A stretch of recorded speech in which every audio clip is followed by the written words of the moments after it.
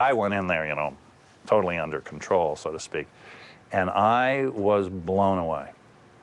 It was a very moving experience that I did not expect to have. The Titanic brought Bob Ballard instant fame and celebrity. My mom called me the day I got home, and I expected her to be just off the wall like everyone else was. And she says, you know, that was nice, but it's too bad you found the Titanic. And I went, what? She says, well, you know, your father and I are very proud that you and your brother went to college and got doctorates and are great scientists, but now they'll only remember you for finding the Titanic. And mothers are always right. Nearly 25 years later, Ballard is still working on his legacy. Now that he finally has his own research ship, he can go explore anywhere he wants. Oh, yeah. Right. When we joined him, he had just finished searching for wrecks from the Battle of Gallipoli for the National Geographic Society, where he's an explorer in residence.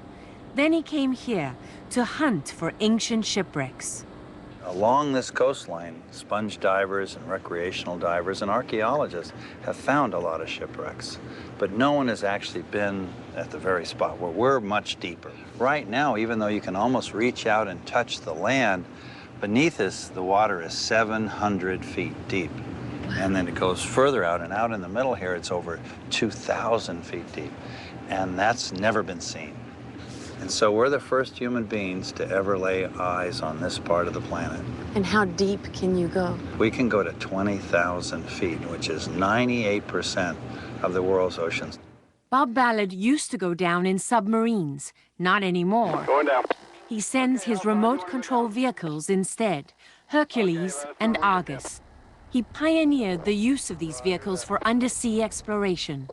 Hercules with its array of cameras, and Argus, which hovers above it in the water, its 2,400 watts of light penetrating the gloom.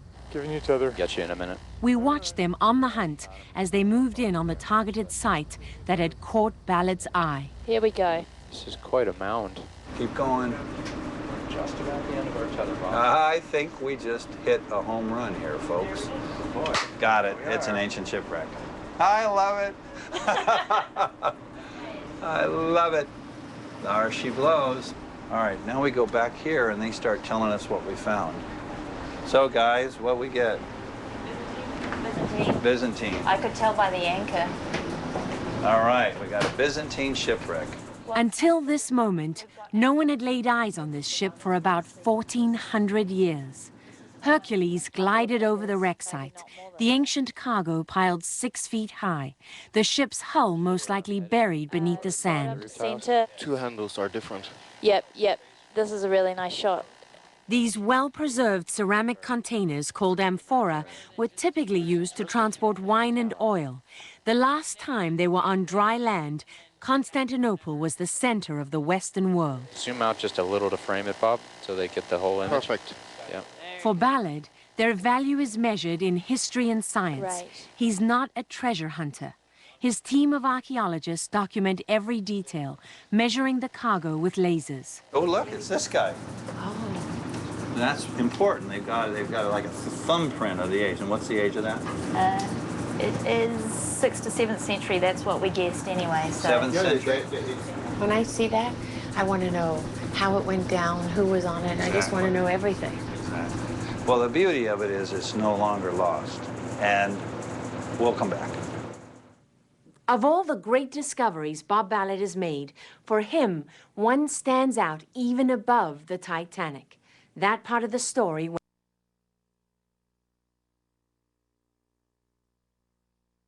Ford Fusion. Have a 2000.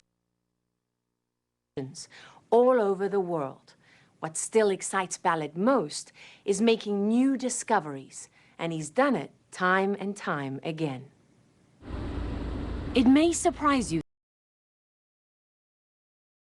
that the man who 6-foot-tall tube worms Bob Ballard found by accident on an expedition he led near the Galapagos Islands. So when you went down that day, you went down thinking that the origin of all life on Earth was sunlight. The sun, exactly. When we began this expedition, we weren't even thinking about that. And when you came up? we were stunned.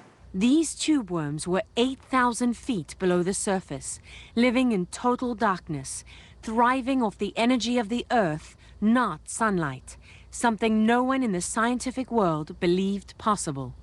Because we had been told that all life on the planet owed its existence to the sun. It was the sun was the driving energy of life.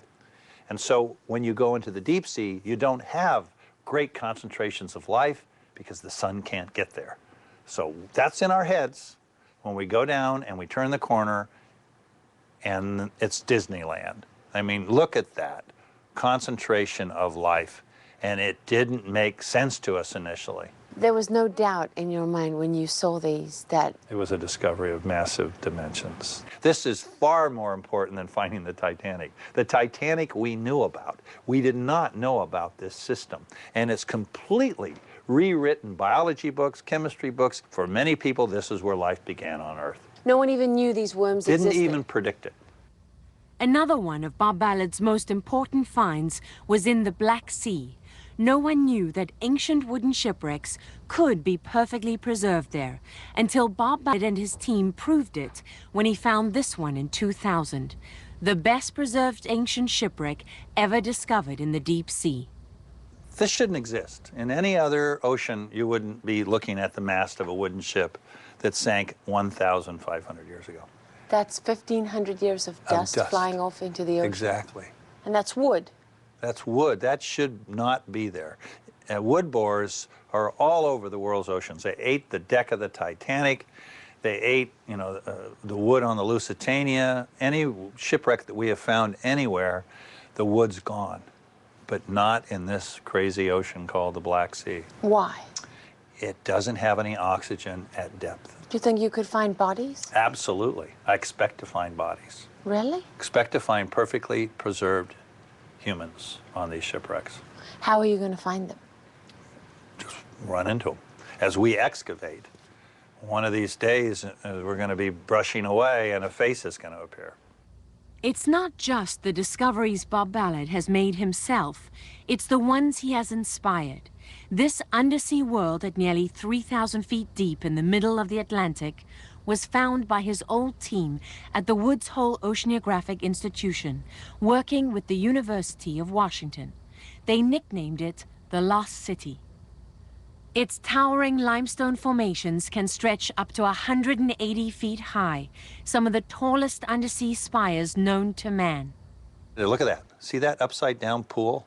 They form overhangs that trap hot alkaline water rising from vents in the sea floor, creating what look like upside-down pools of water. See the shimmering water? How many other such discoveries are waiting to be tripped over? I vote a lot. The skeptics might say, so what? So what? So we didn't know this exists. What did this give us? This is showing us that life can exist at far greater extremes than we ever expected, which again increases the probability of finding it elsewhere, not only in the universe, but elsewhere within our own solar system. The oceans cover more than 70% of the Earth, but most of that has never been explored. We have, better knowledge of the Mars and Moon than what's a few miles away. Bob Ballard is leading a revolution in undersea exploration to change that. It started with an idea he had 28 years ago. This is our underwater world. And you're looking, that's a live image coming in from America's first ship of exploration, the Okeanos Explorer. Today his idea is just coming to life here in Rhode Island. Ballard, working with NOAA, the Federal Ocean Agency, created what he calls the Inner Space Center, the first ever command and control center for ocean exploration that will stay constantly connected to 3 research ships at sea. Our budget to explore our planet is only 1,000th the budget of NASA. We're 18.7 million, they're 18.7 billion. We had a chance to speak directly to one of the research ships, the Okeanos Explorer. Okeanos, Inner Space Center, over. The ship was in a remote part of the Pacific, mapping American territory there for the very first time. Can you tell us where you are right now? We are currently 1,000 miles northwest of the Hawaiian island